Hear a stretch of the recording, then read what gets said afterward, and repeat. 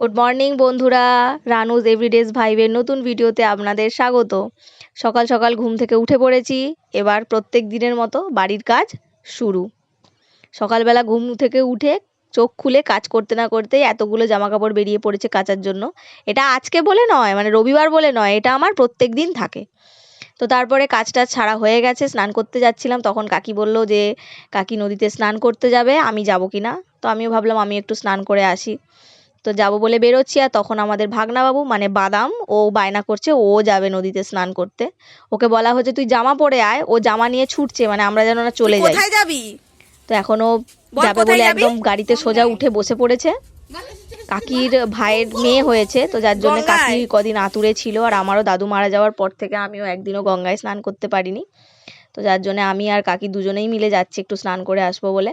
আমাদের এখানে সামনেই দামোদর রয়েছে, আমাদের কোনো কাজেতে স্নান করতে হলে গঙ্গায় ওখানেই আমরা যাই, ওখানেরই জল নিয়ে আসি, ওখানেরই মাটি নিয়ে আসি। তো জলটা তো খুব সুন্দর ছিল। অনেক দিন পর, মানে অনেক বছর পরে আমি কোনো স্নান করতে নেমেছি পুকুরে বা নদীতে। আমার তো খুবই ভালো লাগছিল, আমার উঠতেই ইচ্ছা করছিল না।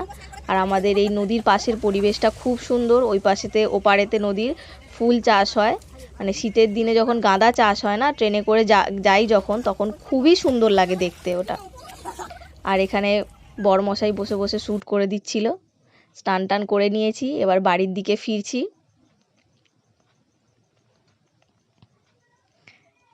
ও প্রথমে বুঝতে পারছিল না যে ওকে দেখা যাচ্ছে না কি আলোতে। ও যখন নিজেকে দেখতে পেয়েছে, পেয়ে একগাল হেসে দিয়েছে। আর এই বাড়ি চলে এসেছি, এসে এবার একটু খাওয়া দাওয়ার দিকে যেতে হবে, খিদে পেয়ে যাচ্ছে। তার আগে পুজোটা সেরে নিতে হবে। তো চলো, পুজো টুজো সেরে নেওয়ার পরে এখানে আমাদের একটা, আমার নিজের মানে আমার বরের একটা ছোটোখাটো মাইক সেটের বিজনেস আছে। তো সেটা থেকে আমরা এই বড় সেট আপগুলো করতে দিয়েছিলাম। এটা এখন কেবিনেটটা রেডি হয়েছে, ভেতরে স্পিকার বা মেশিন এখনও কিছু আসেনি।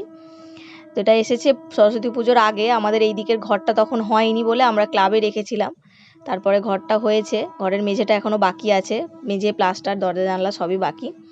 তো বৃষ্টি হওয়ার জন্য ক্লাবের মেঝেতে ড্যাম্প উঠছিল, ড্যাম্পের জন্য জিনিসগুলো নষ্ট হয়ে যাবে, আর সামনে দিদির বিয়ে, আমরা কিছুদিন থাকবো না, তার মধ্যে যদি বেশি বৃষ্টি হয় জিনিসগুলো ক্ষতি হবে বলে আমরা এর মধ্যেই জিনিসগুলো আমার বর ওর বন্ধুদেরকে বলে এখানে নিয়ে চলে এসেছে।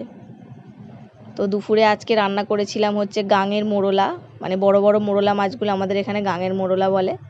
তো সেই মাছের রান্না করেছিলাম।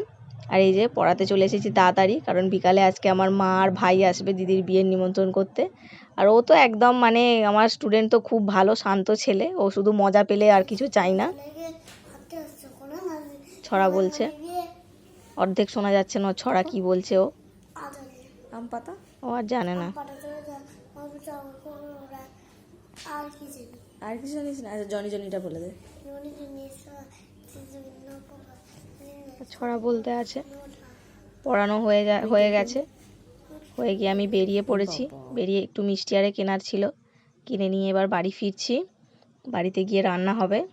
তারপরে কাজের ব্যস্ততার জন্য আমি বাকি ভিডিওটা, মায়ের আসার ভিডিওটা শ্যুট করতে পারিনি। তো কী রান্না হলো সেই সব ব্লগের জন্য প্লিজ আমার চ্যানেলটা সাবস্ক্রাইব করে দাও। Thank you.